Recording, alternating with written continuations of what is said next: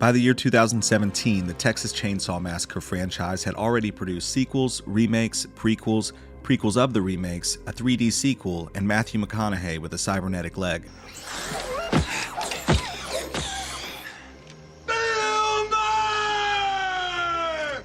The story of the making of this particular requel involves the dawn of the COVID-19 shutdowns, fired directors and trashed footage, rumors of disastrous test screenings, and a movie that somehow managed to piss off people on both sides of the culture wars. A movie that so many of us love regardless.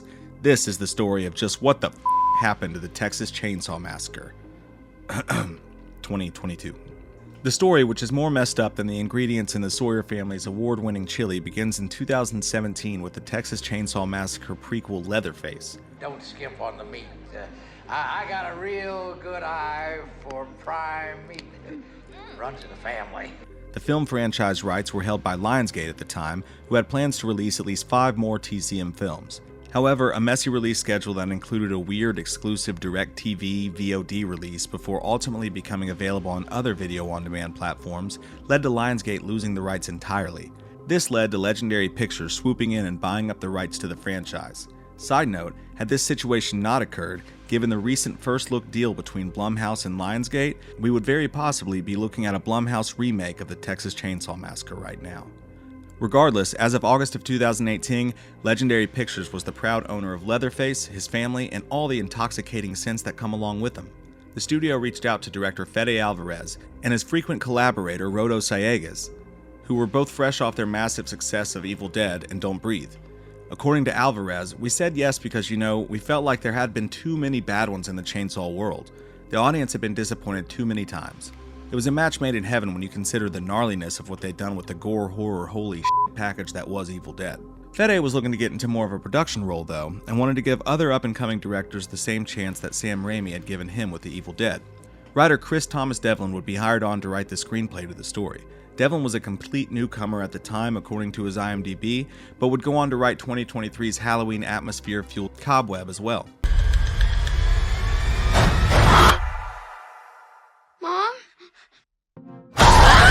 Alvarez would announce on Bloody Disgusting's Boo Crew podcast that the film would be a direct sequel to the original, as the recent Halloween Blumhouse project had just been, and would essentially be an old man Leatherface story, where the character was now 60 years old.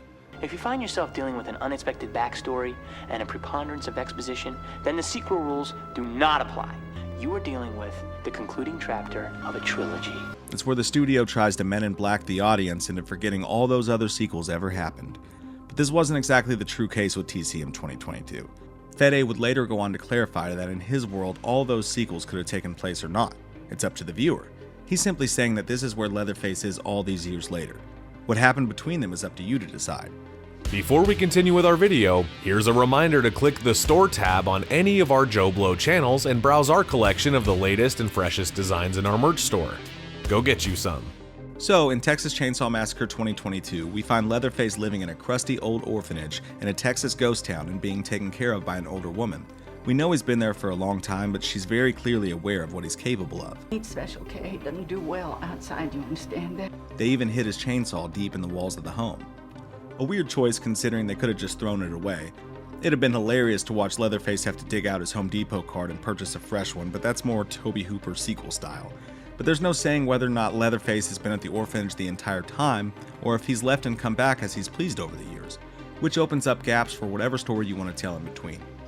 As the rollout continued, Alvarez continued to get folks pumped up for his vision of the film, saying, "Everything is classic, old school gags, a lot of the approach that we had with Evil Dead, never VFX, to do everything on camera. It's a very old school approach to filmmaking." These are the things that horror fans love to hear. Nobody gets excited when someone says, "Yeah, we have a ton of digital blood splatter. You guys are gonna love it." If only things were so simple. At some point in the early filming stages of TCM 2022, after the film had already been delayed because of the COVID-19 pandemic, the headline from Deadline read like this: Texas Chainsaw Massacre Bloodbath. Directors chopped along with early scenes as Pick shuts 1 week in and David Blue Garcia takes reins. As a fan of the franchise who has watched it go through so many, let's call them low-quality iterations, this seemed like a death nail. They had gone all the way to Bulgaria where TCM 2022 was filmed and had scenes in the can. But when they sent some of their footage back to Legendary, the studio allegedly didn't spark to what they saw. parted ways with their directors and cinematographer, and here's the kicker, decided to not even use the material but rather to start from scratch with a brand new director, citing the old faithful, creative differences story. A mess had possibly been averted with a brand new director and cinematographer up to the task, but none of this was going to matter if the Texas Chainsaw Massacre film that would focus on Leatherface the most, even more than the film actually titled Leatherface, wasn't able to believably fulfill the physical role. They turned to actor Mark Burnham, who it sounds like went through a rigorous process to get the gig, saying, "It was a long process. I think I sent 5 tapes in. Eventually I met with the directors. After that, Fede asked me to test in his office, and I did that. I successfully passed all those benchmarks. Then the week the world shut down for the pandemic, I won the job, and then we were on hold for a couple months or whatever." Burnham was not only tasked with the taxing physical requirements of a meaty role, but was asked to embody the same character Gunnar Hansen had played many years before, only now as a 60-year-old man. Regardless of how you feel about the final product of the film, and again, I love it, it's hard to see an argument that Burnham didn't do a hell of a job. If there is a sequel, I'd love to see him reprise it. No, the far more divisive role and performance belonged to Olwen Fouéré as Sally Hardesty. The final girl of the initial film returns in pure Jamie Lee Curtis Halloween 2018 fashion for revenge. I'm the one who got away, and I'm here to make sure you don't, motherfucker. Only in this situation, the character shows up to very quickly find out that A, Leatherface couldn't possibly care less, and B, she spent all that time hyping herself up for a short-lived fight that ended with her torn asunder and thrown unceremoniously in a heap of trash. Make no mistake about it, this is Leatherface's movie. The whole thing was and is quite honestly confusing. Was this a studio shoehorned-in character inserted via reshoots to capitalize on the success of Halloween? Or on the other hand, and this will probably tell you how weird it all played out, was this some sort of satire of that entire ordeal? In David Blue Garcia's words, "We wanted to honor the legacy of both the actor and the character. She sort of passes the torch to this new cast, quite literally." He would go on to add, "I think they did a great job in the script of making her part of this story, but not making her the main part of the story."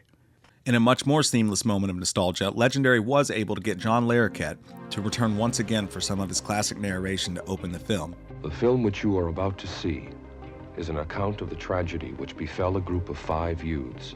And speaking of sound, Colin Stetson was brought in to do the soundtrack, and the artist Bullet Shields was brought on to make this sort of ironic scoring but cool synth song for the end of the movie.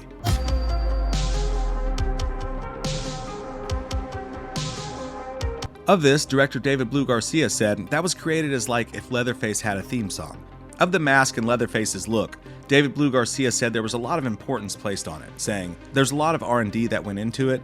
I know Fede was very involved with that process. We worked with an artist who doesn't work digitally to create things. Like a lot of people would design the mask in like a computer nowadays using Photoshop, but this guy works in clay, so he's there sculpting the thing with his hands." The man he is speaking of would be Illusion Industries owner Todd Tucker, who told Bloody Disgusting in an interview that the character design nearly had Leatherface running around doing murder in his caretaker's dress, saying that the idea was eventually ruled out. But the crown jewel of this film's mayhem was the infamous bus scene. Finally, an actual massacre in a Texas Chainsaw Massacre film was upon us. We're all sick, you know that, right? In this moment, Leatherface arrives at the front of the bus with all the Gen Z folks partying in typical Gen Z fashion with their phones out, and in one moment we're treated to a scene that delivers maximum gore, black comedy, and maybe a small observation about how stupid we all are. Try anything and you cancel, bro. If the comedy here resonates with you, you likely enjoyed the hell out of this bloodbath. It sounds like it was an even funner scene for David Blue Garcia to shoot. He embraced the anarchy, saying, "I had very specific moments that I wanted to capture, but then I also just went in there with a bunch of extras, a couple of handheld cameras, and a bunch of special effects guys covered head to toe in hazmat suits with blood cannons, and just had them go mad, spraying blood all over the place." Rumors were all across the horror internet that test screenings had taken place and the results were horrendous. A lot of the complaints coming out of those alleged test screenings would be the first sign to come of an ongoing argument over the film's intentions and meanings, with some claiming the film was the latest Hollywood preach fest trying to cram its ideals down your throats. We're idealistic individuals who want to build a better world. In terms of the test screenings, Alvarez himself set the record straight, saying that the test screenings went amazing and the film scored even better than Don't Breathe. Alvarez and his writers also went on to explain themselves on the issue of the film's deeper themes, which covered everything from gentrification to gun violence, with Alvarez stating, "There's this theme, there's 2 sides of it.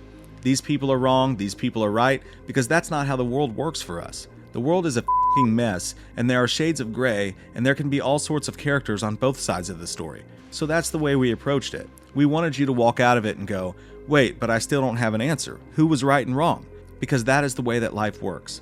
Personally, I appreciate the nuance of all this. A lot of the world's issues could be handled with a lot more of a both can be true mentality, such as the character of Richter, played believably by Mo Dunford, being painted as such an asshole redneck, ending up as one of the few decent people you can root for in the film. The only way to deal with an invasive species is to eradicate them. On sight. The fact that the character Melody is super obnoxious and entitled with her stances on the world. Look at this guy. Who has such a small dick they need to walk around in public with a fucking gun?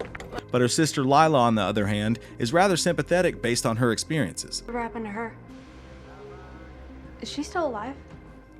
As Alvarez said, they didn't pick a side, and you probably got to watch someone who annoyed you die in a heinous fashion.